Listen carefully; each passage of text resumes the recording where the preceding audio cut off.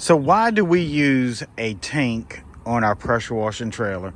Anyway, guys, I'm Billy Davidson here with BillyDavidsonVIP.com. If you're looking for pressure washing and parking lot straining, check out the first pinned comment, and there'll be a link in the description. So why do we use a tank of water with our pressure washers? I get this question quite often, although we have covered it here on the YouTube channel before. I want to kind of go over it again.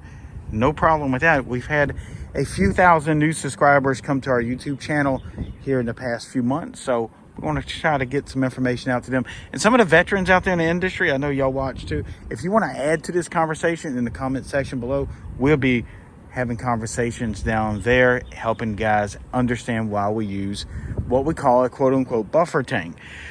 So basically, to sum this up and try to make this video as short as possible, these two machines, if we only ran them in a single configuration, they're going to draw about 10 gallons per minute, sometimes a little more, of water. Your normal household faucet only puts out 4 to 5, maybe 6, if you're on a really strong municipality water, gallons per minute. So what happens to our machines if we're trying to run it off of a water hose?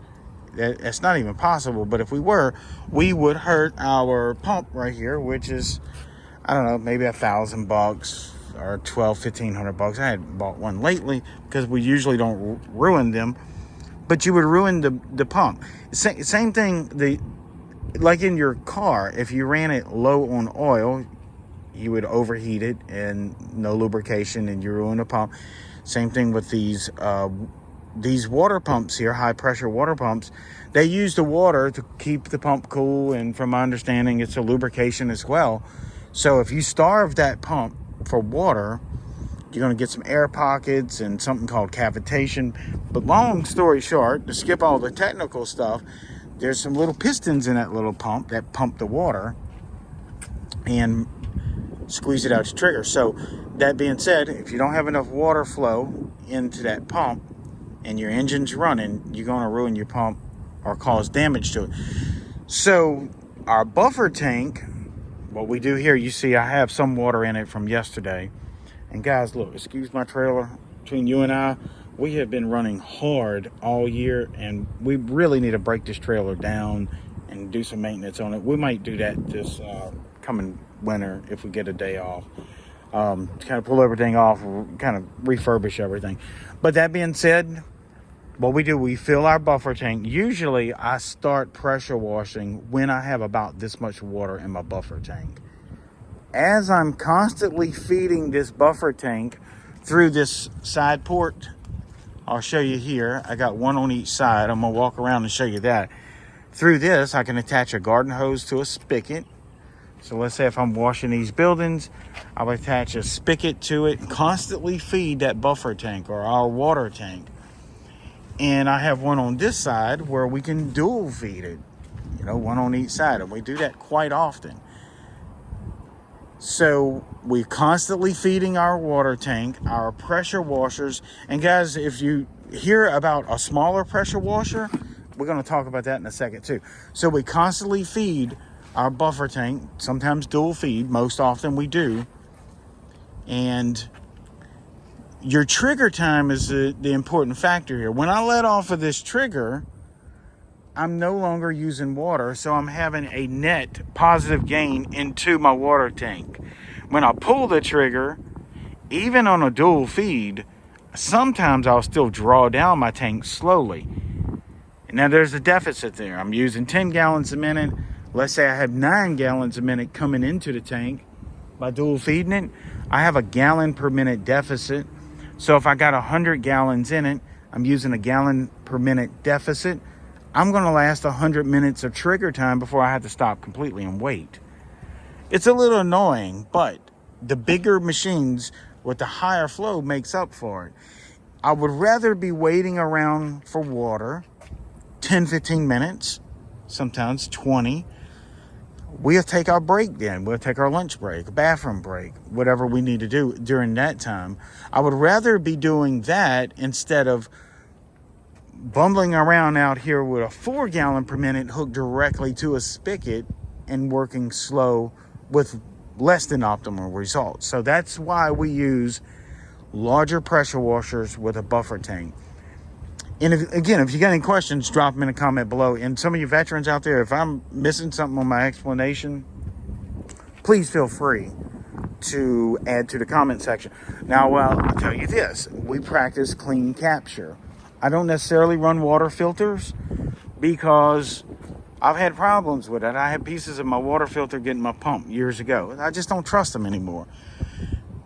Maybe I'm old-fashioned. Maybe the water filter I had were bad. Maybe they were a bad brand. I get it. But I've not ran water filters for years.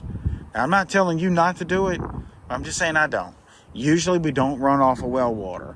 Now, if I was running off of well water a lot, I would have my water filters on. But we're running off of city water. It's potable water. You can drink it. So if you practice clean capture, what that basically means, you hook your hose to the garden faucet, and before we hook it into here or the other side, we're letting the water hose flush out several gallons. We're cleaning the fittings before we put it in here. And then when I do start to fill my buffer tank, I'm going to show you what else I do. I leave my dump valve open. That way, if we have any sediment that did build up in the tank, you would flush it out. And then once I get a good flow of water coming out my dump valve, I shut my dump valve off and let the tank start to fill. We do that immediately when we get on the job. Before we talk to Miss Susie, before we move our dog bowl, before we talk to the neighbor, before we do anything, we're attaching our water hoses to our buffer tank. And we get a jump start on it, if that makes any sense. That's the first thing we do. If we got to cone the trailer, we'll do that first, put our traffic cones out. But the first thing is tie into a customer's water. Then I'll go knock on her door and let Miss Susie know, and sometimes a Karen know that we're there, ready to start pressure washing. She don't even know what happened. We're already filling our buffer tank. So then we'll go walk around with her, move the dog's bowl, get her to move her car. Now, if you're working on a commercial property, it's a little different. We hit the water hoses first. Then we may be assessing something. We're going to be doing some surface cleaning, removing rocks or something out the way. You know, there's always something to do before you get started. Stringing out hoses, getting set up with that. Everybody, you know, getting ready to go. So as we're doing that, our buffer tank is filling. And then when we're ready to start, like we talked about that deficit before, if we got a 1 gallon per minute deficit and we got 60 gallons in it, now we can work an hour on the trigger before we have to stop. Now, we never pull the trigger for that long. If you surface cleaning, for example, let's say I'm surface cleaning, I'm making long runs to that building there and back. There's going to be a time or two I got to stop and mess up my hose or check my phone. Whenever you let off the trigger, again, you're feeding your buffer tank. It's going to be net positive gain during that time. So now let's talk about if you have a smaller machine, a 4 gallon per minute machine. I call them 4x4s. 4 gallon per minute, 4,000 PSI. Now there's variations of that. I get it. There's 4,000 PSI and 3.5 gallons per minute. There's 3,500 PSI and 4 gallons a minute. But any variation of right in that neighborhood, we call it a 4x4. 4 gallons a minute, 4,000 PSI. That can run off of a garden hose all day long, usually up to about 150 feet of quality garden hose. Quality is the operative word there. You want to have a quality garden hose, 1/2 inch, 3/8, whatever you can get, you know, something quality. So that's going to run on that just fine, perfectly. Now, can you run that same machine off of this buffer tank? That's a really popular question. Can I run a 4x4 machine off of a buffer tank? Generally speaking, I'm going to just put this out there, no. Now, I know in the comment section, somebody will say, well, my such and such machine pulls fine off my buffer tank, and this one doesn't, that one. So in general, no, it won't, but you could make it work. There's a couple ways to make it work. There are some CAT model pumps, CAT, they're the blue pumps that they will draw off of a buffer tank just fine. Other ones won't. Some of your GPs, this is a GP, some of your AR pumps, they won't. But what you can do And look, there's reasons why you might want to run off of a buffer tank if there's not water on site. If you're washing heavy equipment, truck washing, fleet washing, doing dumpster pads, you may want to carry a buffer tank even with a 4x4 machine. You would put in an inline 12-volt pump that puts out 6 or 7 gallons a minute and run it off of some type of 12-volt car battery or a couple lawnmower batteries, but a car battery would be perfect. Now, you don't have no way of charging it, so you're going to have to tender this thing to a battery charger when you get home. But that's fine. You can run them for 6, 7, 8 hours on a car battery usually. Then this battery is for our electric start. But that being said, an inline 12-volt pump, you're going to have to rig up the plumbing. It's a little challenging, but it can be done. And then it'll pull off the buffer tank and pressurize your 4x4 machine. Now, one thing you want to think of, the 4x4 machines, again, that's 4,000 PSI, 4 gallons per minute. They are designed to run off of about 50 or 60 pounds of static pressure from a garden hose. Now, if you're using a 12-volt pump and that pump is putting out, let's say, 80 PSI and 6 gallons a minute, feeding that 4x4 machine, you may overpressurize that pump a little bit. I've done it before, and it actually gave me better pressure coming out the wand. But I would be careful. I wouldn't overpressure. I wouldn't have, let's say I wouldn't have a 120 PSI pump running into a 4x4 machine at 6 gallons per minute. For one, the pump is probably not, it's going to want to kick on and off, and you're not going to have consistent water flow. So if there's a pressure regulator on that pump, dial that bad boy back to about 50 PSI to feed that 4x4 machine. That way it'll be running. Now, you do need a pump that's going to be a constant duty pump. So it's going to have to be a high quality pump, something like from Tractor Supply or something like that.